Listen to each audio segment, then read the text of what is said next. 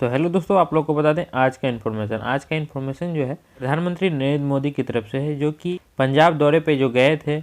हाल ही में बुधवार को 5 जनवरी 2022 को प्रधानमंत्री नरेंद्र मोदी ने पंजाब के दौरे पर गए थे, तो जहां पे सुरक्षा में चूक होने के चलते फिरोजाबाद रैली को रद्द करनी पड़ी थी। तो इसी के बारे में हम आपको पूरा डिटेल्स में बताएंगे, लेकिन जो है आपको इस सारे वीडियो से बहुत हट के रहेगा। इसमें जो है आपको बहुत एग्ज़ाम से रिलेटेड जो क्वेश्चन बनते हैं वो इम्पोर्टेंट रहेगा और आपको बहुत सारे नॉलेज एक्स्ट्रा देने वाले हैं।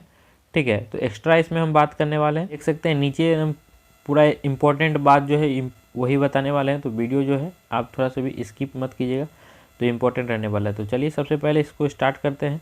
सबसे पहले आपको बता दें, हाल ही में बुधवार 5 जनवरी 2022 को प्रधानमंत्री नरेंद्र मोदी के पंजाब दौरे के दौरान सुरक्षा में चूक के चलते फिरोजपुर रैली रद्द करनी पड़ी। उनके काफिले को एक फ्लाईओवर पर लगभग 20 मिनट रुकना पड़ा था। इसके लिए केंद्रीय गृह मंत्रालय ने राज्य सरकार से तत्काल रिपोर्ट मांगी है और सख्त कार्रवाई की घोषणा की है। आगे चलते हैं। केंद्रीय स्वास्थ्य मंत्री मनसुख मांडविया, तो इससे पता चलता है कि केंद्रीय स्वास्थ्य मंत्री जो है मनसुख मांडविया है, ये आपको याद रखना होगा। मांडविया ने फिरोजपुर की जनता से बैठक में कहा है कि प्रधानमंत्री आप सभी से मिलना चाहते थे, लेकिन कुछ कारण से वह आज हमारे बीच नहीं जा रहे हैं। प्रधानमंत्री ने कहा है कि इन कार्यक्रमों को स्थगित कर दिया गया है, रद्द नहीं किया गया है। इसके बाद प्रधानमंत्री की सुरक्षा में चूक को लेकर बड़ी बहस छिड़ गई है। आपको जो है ए से जेड तक इम्पोर्टेंट बात रहेगा। इसमें कोई संदेह नहीं है कि भारत के प्रधानमंत्री की सुरक्षा व्यवस्था हमेशा सुरक्षा एजेंसियों के लिए एक महत्वपूर्ण चुनौती रहा है। इस बात को नज़रअंदाज नहीं किया जा सकता है कि प्रधानमंत्री नरेंद्र मोदी जी जहां से गुजरते हैं वहां ज़मीन से लेकर आसमान तक चप्पे चप्पे पर नज़र रखी जाती है। हर तरफ एसपीजी मतलब विशेष सुरक्षा दल के जवान तैनात रहते हैं। उनकी सुरक्षा 24 घंटे तक रहते हैं। ज़्यादातर कमांडो तैनात रहते हैं। यानी भारत के प्रधानमंत्री की सुरक्षा व्यवस्था दुनिया के किसी भी दूसरे के देश के राष्ट्रीय अध्यक्ष की सुरक्षा व्यवस्था की तरह चाक चौबंद होती है। एसपीजी के निशानेबाज किसी भी आतंकी को पल भर में धूल चटाने की क्षमता रखते हैं। आगे जो है एसपीजी में तकरीबन 3000 जवान होते हैं। इन पर प्रधानमंत्री और पूर्व प्रधानमंत्री के अलावा उनके परिजन की सुरक्षा भी जिम्मेदारी होती है। इन जवानों को अमेरिका की सीक्रेट सर्विस की तर्ज पर ट्रेनिंग मिलती है। एसपीजी के जवान FNF 2000 assault rifle, automatic gun और 17M नामक खतरनाक पिस्टल जैसे आधुनिक हथियार से लैस रहते हैं। ठीक है, और आगे है एसपीजी के अलावा प्रधानमंत्री की सुरक्षा में दिल्ली पुलिस की भी अहम भूमिका होती है। अगर आप प्रधानमंत्री को किसी सम्मेलन की संबोधित करना होता है तो सारे इलाके की छानबीन दिल्ली पुलिस की सिक्योरिटी ब्रांच एक दिन पहले ही कर लेती है।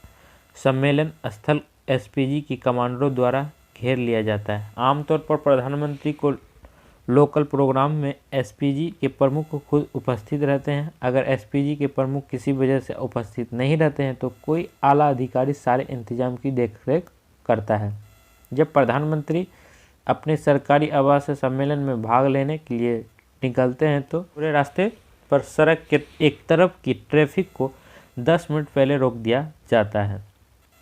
इस बीच दिल्ली पुलिस की 2 गाड़ी सारे रूट पर सायरन बजाती हुई घूमती है। जैसे कि आप लोग देखते होंगे जिप्सी जो होती है पुलिस लोग के जिप्सी, उससे साइलेंस बजता है। कोई भी मंत्री भी जाता है या स्वास्थ्य मंत्री कोई भी मंत्री हो तो जाता है, एक वो जिप्सी रहेगा। और उसके बाद प्रधानमंत्री ये बड़े बड़े राष्ट्रपति सब जो जाते हैं वहाँ 2-3 को जिप्सी रहेगा, एकदम आगे से निकलते रहेगा। वो कम से कम 2-3 किलोमीटर आगे रहता है। ठीक है, तो चलिए, इस बीच दिल्ली पुलिस की 2 गाड़ियां सारे रूट पर सायरन बजाती हुई घूमती है। यह इसलिए किया जाता है ताकि तय किया जा सके कि जिस रास्ते से पीएम को गुजरना है वह पूरी तरह से साफ है। इसके अलावा प्रधानमंत्री के साथ लोक कल्याण मार्ग स्थित आवास में एसपीजी के 500 से ज़्यादा कमांडर तैनात रहते हैं। अब बात करते हैं प्रधानमंत्री की काफिले की।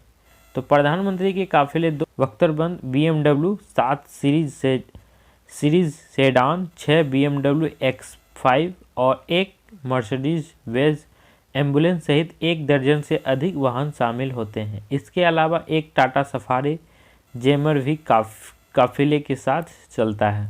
पीएम के काफिले में सबसे आगे और सबसे पीछे दिल्ली पुलिस सिक्योरिटी स्टाफ की गाड़ी होती है। इसके बाद एसपीजी की गाड़ी और उनके पीछे 2 गाड़ी और होती है।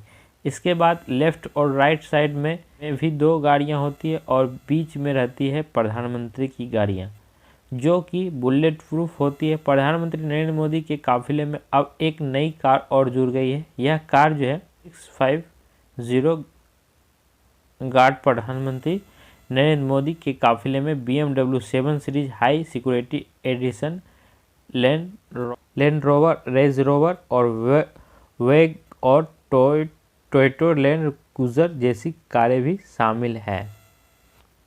हमलावर को भ्रमित करने के उद्देश्य से प्रधानमंत्री के काफिले में प्रधानमंत्री की कार के सामान्य 2 डमी कारें भी चलती है, जैसे ब्लैक कलर का है एक कार है टाटा सफारी या बुलेट BMW का ब्लैक कलर का है या रेंज रोवर का है, तो उसी तरह 2 और गाड़ी चलती है कि इसमें पता न चल पाए कि प्रधानमंत्री का गाड़ी कौन। जैमर से लेस गाड़ी के ऊपर बहुत से एंटीना लगे रहते हैं। ये एंटीना सड़क के दोनों तरफ लगभग 100 मीटर की दूरी पर रखे विस्फोट को डिफ्यूज कर सकते हैं। इन सभी गाड़ियों में NSG के अचूक निशानेबाज कमांडर होते हैं, यानी प्रधानमंत्री के साथ करीब 100 लोग की टीम उनकी सुरक्षा के लिए चल रही होती है।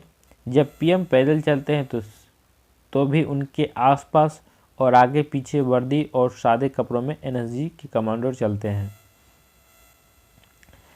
आगे है, ऐसा बताया जाता है कि अगर पीएम की कार पर अचानक किसी ने हमला कर दिया तो उसे मौत के अलावा कुछ हासिल नहीं होगा, क्योंकि इस कार पर अगर किसी ने आधुनिक हथियार जैसे AK-47 और बम से हमला करता है तो कार के अंदर बैठे शख्स पर इसका कोई असर नहीं। तक कि पीएम के BMW की 7 सीरीज की कार भी किसी ग्रेनेड का भी असर नहीं होता है। यदि कोई पास में आकर खिड़की के पास से 44 कैलिबर की हैंडगन से हमला करे तो भी कांच पर कोई असर नहीं होगा। मजबूत बनाया जाता है क्योंकि यह पूरी तरह से बुलेट प्रूफ होता है।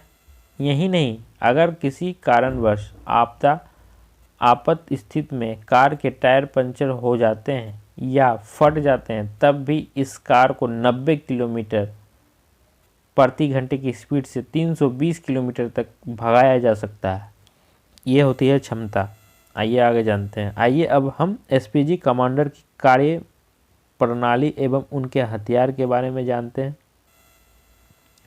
सुरक्षा मामले में विशेषज्ञों से पता चलता है कि एसपीजी कमांडर के पास बेल्जियम से इंपोर्ट की गई 3.5 किलो की राफेल होती है। यह 1 मिनट में 850 राउंड फायर करने की क्षमता रखती है। इनकी रेंज 500 मीटर तक होती है। कुछ कमांडर के पास सेमी ऑटोमेटिक पिस्टल भी रहती है। कमांडो हल्की बुलेट प्रूफ जैकेट पहने रहते हैं। ये 2.2 किलो की होती है। इनके घुटने और कोहनी के लिए बैंड होते हैं।